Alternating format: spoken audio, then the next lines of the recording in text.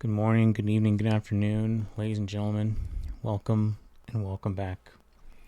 So today I wanted to talk about the onboarding process for your users. It's incredibly important to get it right because if your user doesn't know what to do, or if there's a lot of requirements before they can even see the value of your product, then they're going to drop. I know I do, right? If I get a wall of questions in a survey, why do I want to fill that out? I'll leave. So, just to nail down the importance of it, just have an article here. Customers could stop doing business because of a long survey. So true. I know I will. Little meme here. 67% of customers don't complete surveys if they're too long. That's according to an ACA study in 2024. It's insane. So ultimately, what are they saying we should do? It's not that we shouldn't have surveys overall. It's totally fine. Or in our case, an onboarding system asking them questions. It's to keep it short and keep it to the essentials. And so for my app, what does that look like, right? So we're going into our onboarding flow. So we have some critical parts that are simple and easy. We all have the privacy acknowledgement. Yeah, that's a wall of text, right? But overall, you're just looking for that checkbox and then to say to click next, right? Accept and move on. So we have app specific data to collect, and it's really simple. I'll take you through it in a second. And then we have the privacy agreement. So these are marked green because I believe that these two right here, these two are our simplest parts besides the tour, but these are our simplest parts. And the reason why you come to the app for the app specific data, those are the things that you would expect to fill out for your app, right? So if you're signing up for a fitness app, when you open it up, you would expect for it to ask for, hey, what's your weight? What's your height, right? There are some basic things that you would expect for it to ask to personalize the experience for you. Then we have these options in the yellow or the orange, whatever it is. And these ones are, I think, the ones that we would find the most churn with, the highest drop rate. One is, hey, going into our free trial, it requires you to actually put in your card credentials. So if you're not willing to put in your credit card details for a free trial, then you're going to drop. That's a barrier for myself and many people. The best thing that we can do is to make that as simple as possible. So using services that enable them to subscribe with ease, right? Just like Amazon's one-click purchase. How can we make it as one click as you can get? Currently with Stripe, we have Google Pay, Apple Pay. I'm not sure about PayPal, but definitely those to quickly get you in the door. And obviously, if you're already on iOS, Apple Pay there. If you're on Android, Google Pay there. It's a requirement, but it also makes it so that it's a much more fluid process.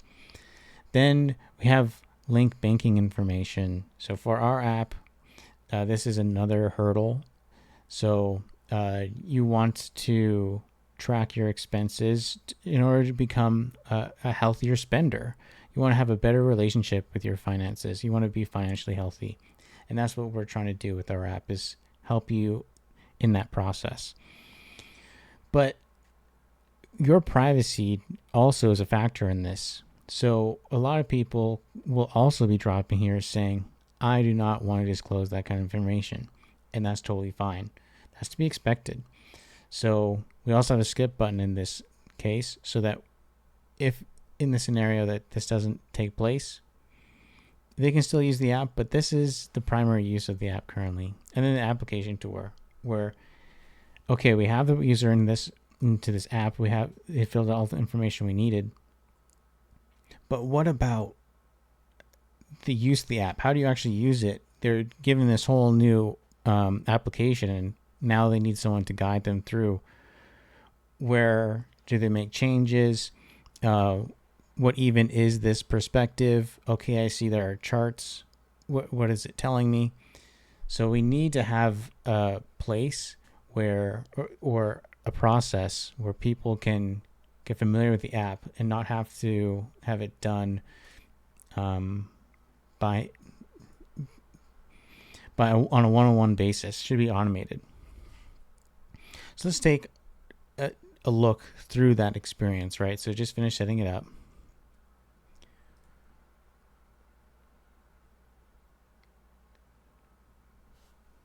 Log in through Google. Awesome.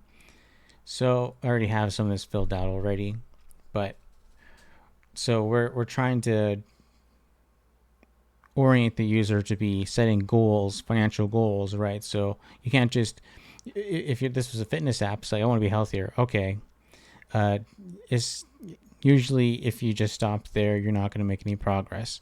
What specific, in what way do you want to be healthier? Oh, I want to lose, or I want to get to this weight.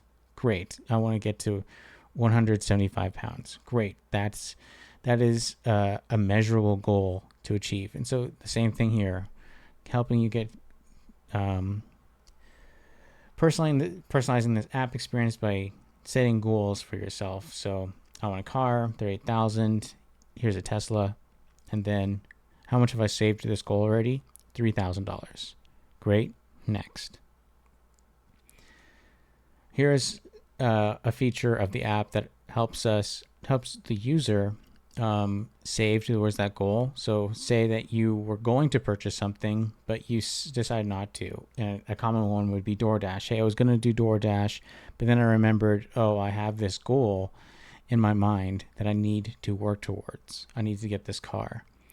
And if I spend more money on DoorDash, that's going to take away from that goal. So I'm going to set up a one tap so that whenever I think, oh, I'm not going to do that, I can tap that and I've made progress towards my goal.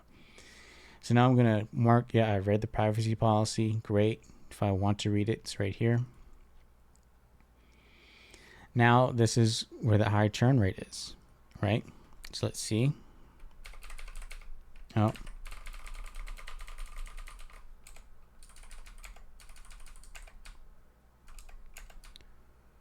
Fill all this. So this would be where we have the high churn rate, right? Okay, so you can enter your payment details or use Google Pay. I'm just going to use this for now since I already started. Didn't realize I was doing that. Cool. Forgot that GPay was here on Chrome, but it's wonderful.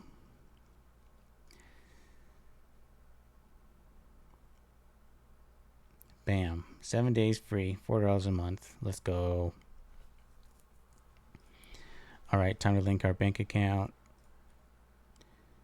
This is in Sandbox, and I'll be making this available as well for people so that they can give us a shot in test mode, just so you can see what the experience is like without having to purchase anything.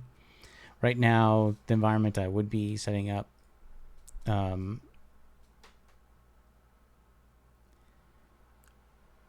everything's getting blown away because we're still in development. So when that's more settled, then I can put it in place. Okay, so we have that skip option I was mentioning if you had privacy concerns, but you get the most out of this app when you do link your account. So great, you did it. Done. I should gray out the skip if you put anything here, because the done is important if you've filled in the bank, which is it actually goes back and gets your past transaction data. Great. So we went through it. We've now achieved the green and the yellow parts of the onboarding process. Now we're in the application tour. So here we are.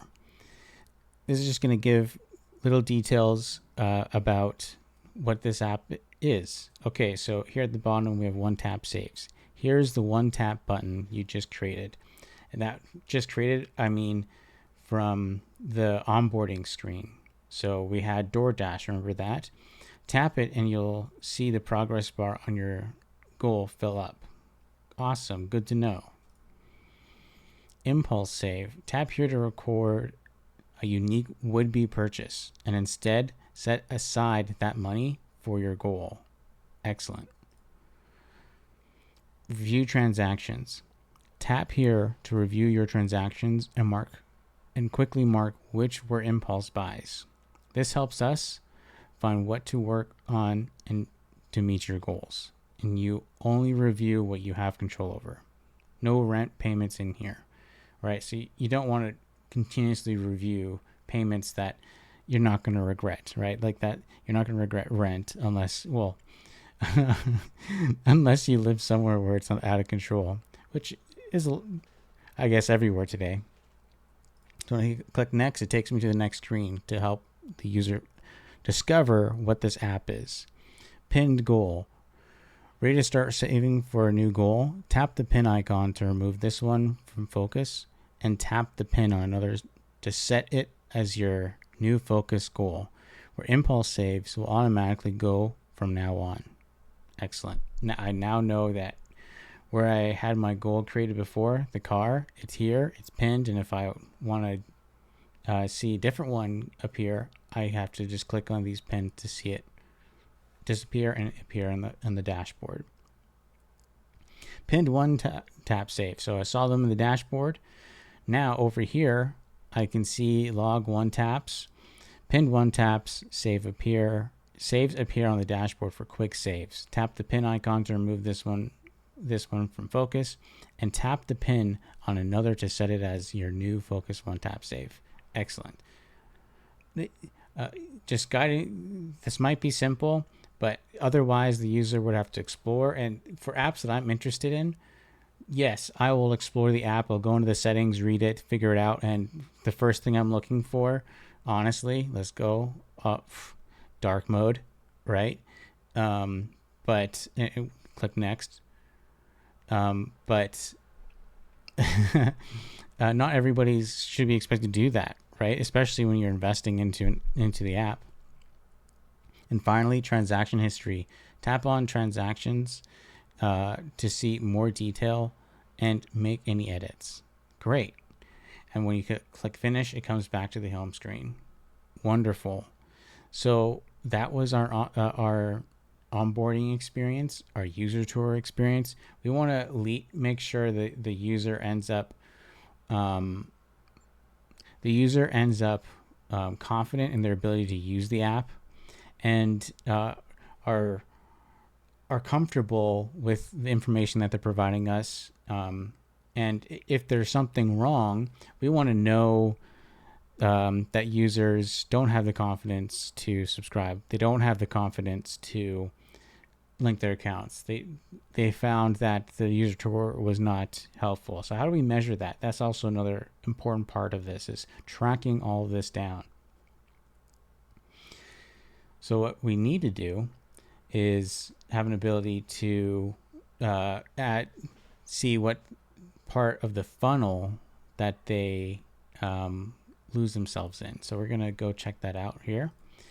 So I have two funnels for this. We have the funnel for the onboarding flow, the yellow and the green portions. So let's open that up. And what this is I might need to make another video for this. Yeah, I think I'll make another video for this.